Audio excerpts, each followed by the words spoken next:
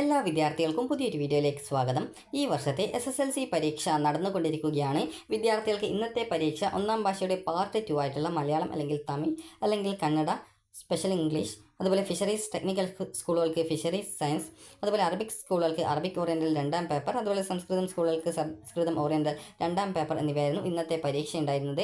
അപ്പോൾ വിദ്യാർത്ഥികൾക്ക് ഇന്നത്തെ പരീക്ഷയ്ക്ക് എങ്ങനെയാണ് ഈസി ആയിരുന്നോ അല്ലെങ്കിൽ നിങ്ങൾ പഠിച്ച ക്വസ്റ്റ്യൻസ് ഒക്കെ വന്നിട്ടുണ്ടായിരുന്നോ എന്നുള്ള കാര്യം വിദ്യാർത്ഥികൾ താഴെ കമൻറ്റായിട്ട് രേഖപ്പെടുത്തുക. അതുപോലെ തന്നെ ഈസി ആണോ പരീക്ഷ എന്നുള്ള കാര്യം വിദ്യാർത്ഥികൾ താഴെ കമൻറ്റായിട്ട് രേഖപ്പെടുത്തുക. അപ്പോൾ വിദ്യാർത്ഥികൾക്ക് ഇന്നത്തെ പരീക്ഷയിൽ നിങ്ങൾക്ക് ഒരു 40 മാർക്കിൻ്റെ പരീക്ഷയാണ്. അപ്പോൾ 40-ൽ നിങ്ങൾക്കൊരു 35 മാർക്ക് കിട്ടിയാൽ തന്നെ നിങ്ങൾക്ക് ആ ഒരു സബ്ജക്റ്റ് A+ ഗ്രേഡ് ആവുന്നതാണ്. അതായത് 10 മാർക്ക് CE ഉൾപ്പെടെ 45 മാർക്കാണ് നിങ്ങൾക്ക് ഈ ഒരു A+ കിട്ടാനായിട്ട് വേണ്ടത്. അതായത് 45 മാർക്കാണ് നിങ്ങൾക്ക് A+ കിട്ടാനായിട്ട് വേണ്ടത്.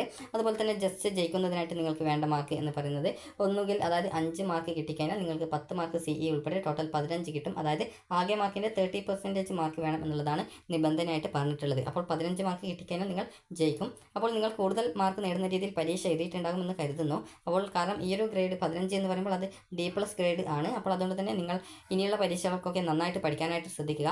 അപ്പോൾ ഇപ്പോൾ നിലവിൽ നിങ്ങൾക്ക് ഇന്നത്തെ പരീക്ഷ കൂടി ഏകദേശം 3 വിഷയങ്ങളുടെ പരീക്ഷയാണ് കഴിഞ്ഞിട്ടുള്ളത്.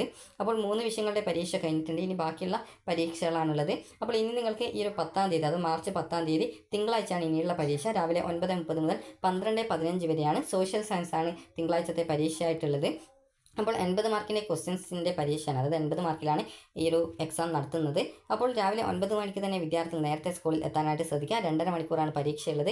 അപ്പോൾ വിദ്യാർത്ഥികൾ ശ്രദ്ധിക്കേണ്ട കാര്യം എന്ന് പറയുന്നത് സോഷ്യൽ സയൻസ് ആയതുകൊണ്ട് തന്നെ വിദ്യാർത്ഥികൾ നന്നായിട്ട് പഠിക്കാനായിട്ട് ശ്രദ്ധിക്കുക. കാരണം നിങ്ങൾക്ക് അതായത് ഇനി 2 ദിവസം ഇതിനായിട്ട് പഠിക്കാനുള്ള അവസരമുണ്ട്. അപ്പോൾ ഈ ഒരു അവസരം നിങ്ങൾ നന്നായിട്ട് ഉപയോഗപ്പെടുത്തിയിട്ട് നന്നായിട്ട് പഠിക്കുക. കാരണം സോഷ്യൽ സയൻസ് 80 മാർക്കാണ്. അപ്പോൾ 80 മാർക്കിൽ നിങ്ങളൊരു മിനിമം ഒരു 60 മാർക്കെങ്കിലും നേടുന്ന തരത്തിൽ നിങ്ങൾ പഠിക്കാനായിട്ട് ശ്രദ്ധിക്കുക. കാരണം ഇതിൽ ജസ്റ്റ് പാസ്സാകുന്നതിനായിട്ട് നിങ്ങൾക്ക് ഒരു 10 മാർക്ക് കിട്ടിക്കഴിഞ്ഞാൽ 20 മാർക്ക് CE ഉൾപ്പെടെ ടോട്ടൽ നിങ്ങൾക്ക് 30 മാർക്ക് കിട്ടിയാൽ നിങ്ങൾ ആ ഒരു സബ്ജക്റ്റ് ജയിക്കും. എന്നാൽ ഈ ഒരു 30 മാർക്ക് എന്ന് പറയുന്നത് നിങ്ങൾക്ക് SSLC ഗ്രേഡിംഗ് സിസ്റ്റം ആയതുകൊണ്ട് തന്നെ D+ ഗ്രേഡ് ആയിരിക്കും. D+ ഗ്രേഡ് എന്ന് പറഞ്ഞാൽ ജയിക്കാനായിട്ട് വേണ്ട ഏറ്റവും കുറഞ്ഞ മാർക്കുള്ള അതായത് കുറഞ്ഞ ഗ്രേഡാണ്. അപ്പോൾ അതുകൊണ്ട് തന്നെ നിങ്ങൾ ശ്രദ്ധിക്കേണ്ടത് നിങ്ങളൊരു മിനിമം ഒരു B+ ഗ്രേഡോ അല്ലെങ്കിൽ A ഗ്രേഡോ നേടുന്ന തരത്തിൽ നിങ്ങൾ ഈ ഒരു എക്സാം നന്നായിട്ട് എഴുതാനായിട്ട് ശ്രദ്ധിക്കുക. അതായത് ഈ ഒരു B+ ഗ്രേഡോ അല്ലെങ്കിൽ A ഗ്രേഡോ കിട്ടുന്ന തരത്തിൽ നന്നായിട്ട് എക്സാം എഴുതുക.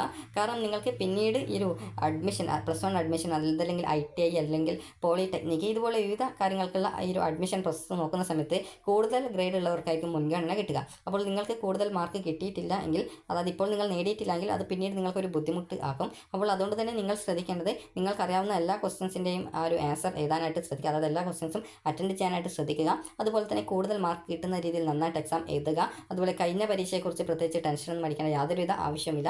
കാരണം നിലവിൽ നിങ്ങൾക്ക് ഒന്നാം ഭാഷയുടെ പാർട്ട് 1 പാർട്ട് 2 ഇന്ന് കഴിഞ്ഞു. അതുപോലെ തന്നെ 2ാം ഭാഷയായിട്ടുള്ള ഇംഗ്ലീഷ് എന്നിവയുടെ പരീക്ഷകളാണ് നിലവിൽ കഴിഞ്ഞിട്ടുള്ളത്. അപ്പോൾ അതിന് നിങ്ങൾക്ക് A+ കിട്ടുമോ അല്ലെങ്കിൽ A ഗ്രേഡ് കിട്ടുമോ അല്ലെങ്കിൽ ജസ്റ്റ് പാസ് കിട്ടി D+ ഗ്രേഡ് കിട്ടി ജയിക്കുമോ എന്നിങ്ങനെയുള്ള കാര്യങ്ങളൊന്നും നിങ്ങൾ ഇനി ആലോചിക്കേണ്ടതില്ല. കാരണം ഓൾറെഡി ഈ ഒരു പരീക്ഷ കഴിഞ്ഞതുകൊണ്ട് തന്നെ പ്രത്യേകിച്ച് ഇനിയൊന്നും ചെയ്യാനില്ല. അപ്പോൾ അതുകൊണ്ട് തന്നെ നിങ്ങൾ ശ്രദ്ധിക്കേണ്ട കാര്യം എന്ന് പറയുന്നത് ഇനി നിങ്ങൾ ചെയ്യേണ്ടത് തിങ്കളാഴ്ചയുള്ള സോഷ്യൽ സയൻസ് പരീക്ഷയ്ക്ക് നന്നായിട്ട് പഠിക്കുക, കൂടുതൽ മാർക്ക് വാങ്ങിക്കാനായിട്ട് ശ്രദ്ധിക്കുക എന്നുള്ളതാണ്.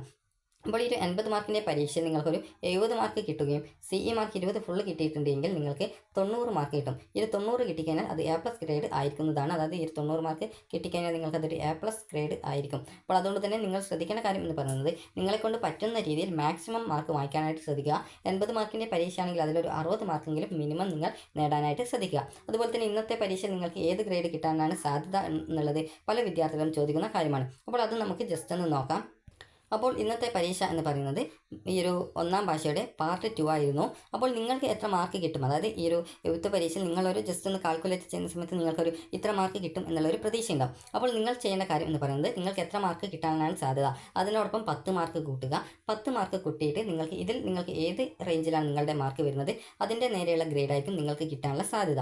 അപ്പോൾ ഒരു വിദ്യാർത്ഥി ഇപ്പോൾ കൂട്ടിയിട്ട് നിങ്ങൾക്ക് ഒരു 20 മാർക്ക് കിട്ടും എന്ന് പ്രതീക്ഷിക്കുക. അപ്പോൾ 20 മാർക്ക് കിട്ടുമെങ്കിൽ ഇതിനോടൊപ്പം ഒരു 10 മാർക്ക് കൂടി കൂട്ടുക.